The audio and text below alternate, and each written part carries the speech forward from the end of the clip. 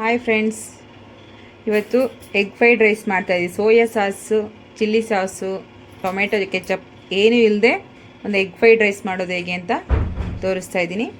ಬೇಕಾಗಿರುವ ಸಾಮಗ್ರಿಗಳು: green chilli, beans, carrot, onion, capsicum, egg, ಶುಂಠಿ ಬೆಳ್ಳುಳ್ಳಿ ಪೇಸ್ಟ್.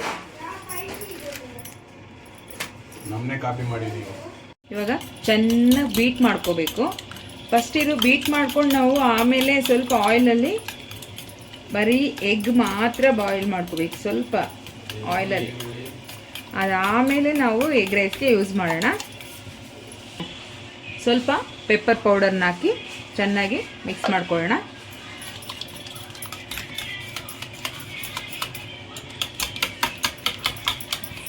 ಇಟ್ಟಿದ್ದೀನಿ, ಸ್ವಲ್ಪ ಆಯಿಲ್ನ ಸೇರಿಸ್ಕೊಳ್ಳೋಣ.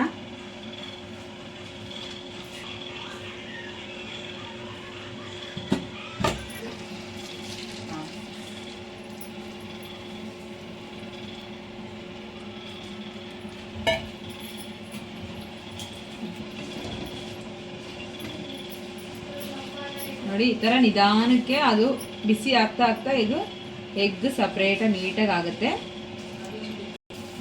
ನೋಡಿ, ಈಗ ಈ ಥರ ನೋಡಿ, ನಾವು ಹಾಕಿದ್ದು ಕಮ್ಮಿ ಆಗಿದ್ರು ಕೂಡ ಈ ಥರ ಬಲೂನ್ ಥರ ನೀಟಾಗಿ ಉಟ್ಕೊಂಡ್ಬಿಡುತ್ತೆ, ಸ್ಪಾಂಜ್ ಥರ. ಇವಾಗ ನಾವು ಈ ಥರ ಮಾಡಿ ಹಾಕೊಳ್ಳೋದ್ರಿಂದ ಎಗ್ ರೈಸಲ್ಲಿ ನಮಗೆ ನೀಟಾಗಿ ಸಿಗುತ್ತೆ. ಎಗ್ ಹಾಗೆ ಹೊಡೆದಾಕಿ ಮಾಡಿಕೊಂಡ್ರೆ ರೈಸಲ್ಲಿ ನಮ್ಗೆ ಅಷ್ಟೊಂದು ನೀಟಾಗಿ ಸಿಗೋದಿಲ್ಲ, ಚಿಕ್ಕದಾಗಿ ಪೌಡ್ರ್ ಥರ ಆಗಿಬಿಡುತ್ತೆ.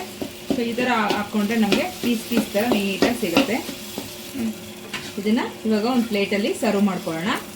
ಪ್ಲೇಟಲ್ಲಿ ಹಾಕಿಟ್ಕೊಂಡಿದ್ದೀವಿ. ಆಯಿಲ್ ಹಾಕ್ಕೊಳ್ಳೋಣ. ಎಗ್ ರೈಸ್ಗೆ ಎಷ್ಟು ಬೇಕೋ ಅಷ್ಟು ನೋಡ್ಕೊಂಡು ಹಾಕ್ಕೊಳ್ಳಿ. ಆಯಿಲ್ ಬಿಸಿಯಾಗಿದೆ, ಆನಿಯನ್ನ ಸೇರಿಸ್ಕೊಳ್ಳೋಣ.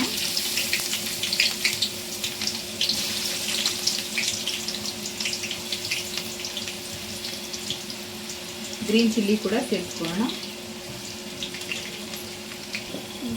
ಇವಾಗ ಚಿಲ್ಲಿ ಆನಿಯನ್ ಚೆನ್ನಾಗಿ ಸ್ವಲ್ಪ ರೋಸ್ಟ್ ಆಗಲಿ. ಓಕೆನಾ? ಶುಂಠಿ ಬೆಳ್ಳುಳ್ಳಿ ಪೇಸ್ಟು ನೀವು ಎಷ್ಟು ಮಾಡ್ತಾ ಇದ್ದೀರಾ ಕ್ವಾಂಟಿಟಿ ನೋಡ್ಕೊಂಡು ನೀವು ಹಾಕ್ಕೊಳ್ಳಿ. ನಾನಿಲ್ಲಿ 1.5 ಸ್ಪೂನ್ ಹಾಕ್ತಾ ಇದ್ದೀನಿ. ಈಗ ಕ್ಯಾರೆಟ್, ಬೀನ್ಸು,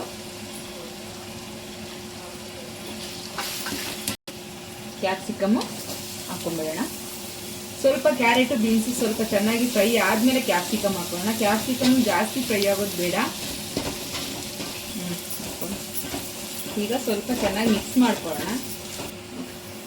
ಈಗ ಸ್ವಲ್ಪ ಉಪ್ಪನ್ನು ಸೇರಿಸ್ಕೊಳ್ಳೋಣ. ವೆಜಿಟೇಬಲ್ಸ್ ಸ್ವಲ್ಪ ಚೆನ್ನಾಗಿ ಉಪ್ಪೆಲ್ಲ ಸ್ವಲ್ಪ ಇಟ್ಕೊಳ್ಳುತ್ತೆ, ಆಮೇಲೆ ಚೆನ್ನಾಗಿ ಕೂಡ ಬೇಯುತ್ತೆ. ಈಗ ಎಗ್ ಕೂಡ ಸೇರಿಸ್ಕೊಳ್ಳೋಣ.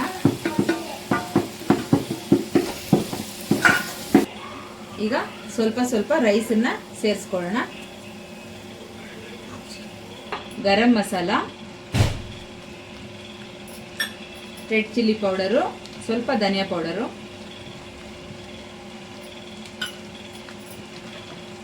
ಸ್ವಲ್ಪ oil,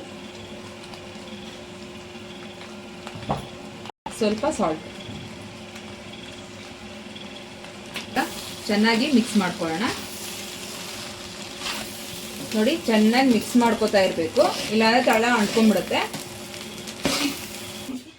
finally egg fried rice ready ಆಗಿದೆ. ಈಗ ಕೊತ್ತಂಬರಿ ಸೊಪ್ಪನ್ನ ಸ್ವಲ್ಪ ಹಾಕೊಳ್ಳೋಣ, ಹಾಗೆ ಮಿಕ್ಸ್ ಕೂಡ ಮಾಡ್ಕೊಳ್ಳೋಣ.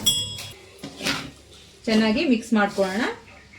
ರೆಡಿ ಆಗಿದೆ. ಈಗ ಟೇಸ್ಟ್ ಮಾಡಿ ಹೇಗಿದೆ ಅಂತ ನೋಡೋಣ. ತುಂಬ ಟೇಸ್ಟಿಯಾಗಿ ಎಗ್